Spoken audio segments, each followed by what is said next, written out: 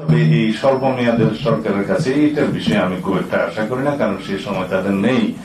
যেহেতু সাইফুল ভাই জিজ্ঞেস করেছিলেন যে তাদের দায় মুক্তির বিষয়ে লন্ডনে কোনো আলোচনা হয়েছে কিনা, না, কারো দায় মুক্তির বিষয়ে আমাদের কোনো আলোচনার প্রসঙ্গ ছিল না।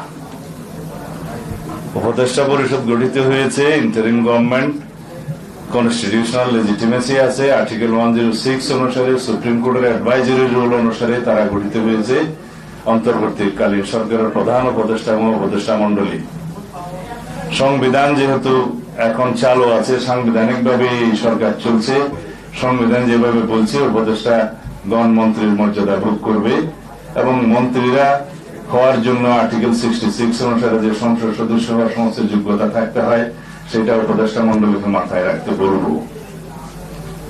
সেখানে কিন্তু বিদেশি নাগরিকত্বের বিষয়টা অনুমোদন করা নাই এবং আরো অন্যান্য বিষয় আছে। আমি এই বিষয়ে আজকে বেশি কিছু বলবো না। সুতরাং কনস্টিটিউশনালি আপনাদের এই সরকারের রেটিফিকেশন লাগবে ইন দ্য নেক্সট পার্লামেন্ট, এটাও আপনারা মাথায় রাখবেন। এবং রেটিফিকেশন লাগলে এই লেজিটিমেসি কিভাবে দেয়া হবে, কোন জায়গায় দেয়া হবে, সেটাও আমরা বিবেচনা করব। সুতরাং জনগণের পক্ষে, আপনারা গণতন্ত্রের পক্ষে এবং অতি দ্রুত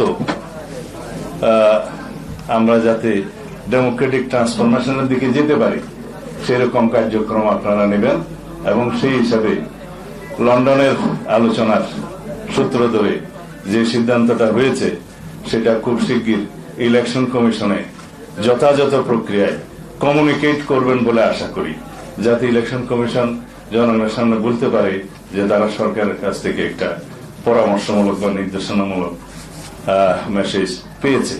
এবং প্রিয় ভট্টাচার্য আমাদের সম্মানিত বাংলাদেশের একজন প্রথিতযশা অর্থনীতিবিদ, তার নেতৃত্বে হোয়াইট পেপার সেল গঠন করা হয়েছিল, কমিশন গঠন করা হয়েছিল।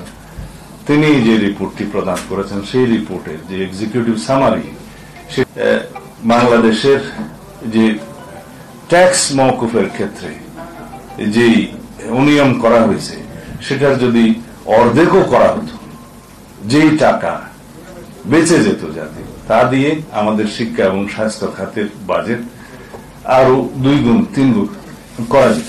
এটা হচ্ছে একটা প্রথম প্যারাগ্রাফের কথা তার এক্সিকিউটিভ সামারিতে।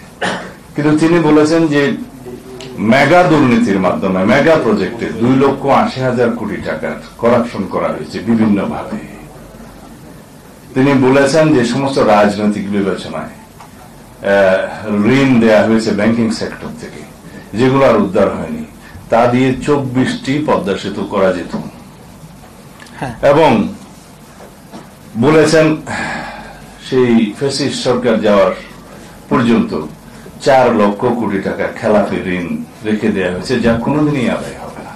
এটার পরিমাণ বাস্তব পক্ষে আরো বেশি। এটা হচ্ছে বিগত 15 বছরের আওয়ামী দুর্নীতির একটা সংক্ষিপ্ত ইতিহাস। ব্রিটিশরা ইস্ট ইন্ডিয়া কোম্পানির মধ্য দিয়ে এই ভূখণ্ডকে দখল করলেও 200 বছরে যে পরিমাণ অর্থনৈতিক লুটপাট তারা করেছে সেটার একটা বক্তৃতা আমি শুনেছিলাম ভারতীয় একজন বিশিষ্ট রাজনীতিবিদ, আমি নাম এখানে নিতে চাই না, ইনি একজন অক্সফোর্ড ফেলো এবং ওইখানে বক্তৃতা দিয়েছেন। তার চাইতে বহু গুণ বেশি লুটপাট করেছে বিগত 15 বছরে শেখ হাসিনার ফ্যাসিস্ট রেজিম। আপনাদের সকলকে আমার বক্তব্য শোনার জন্য কৃতজ্ঞতা প্রকাশ করছি। ধন্যবাদ।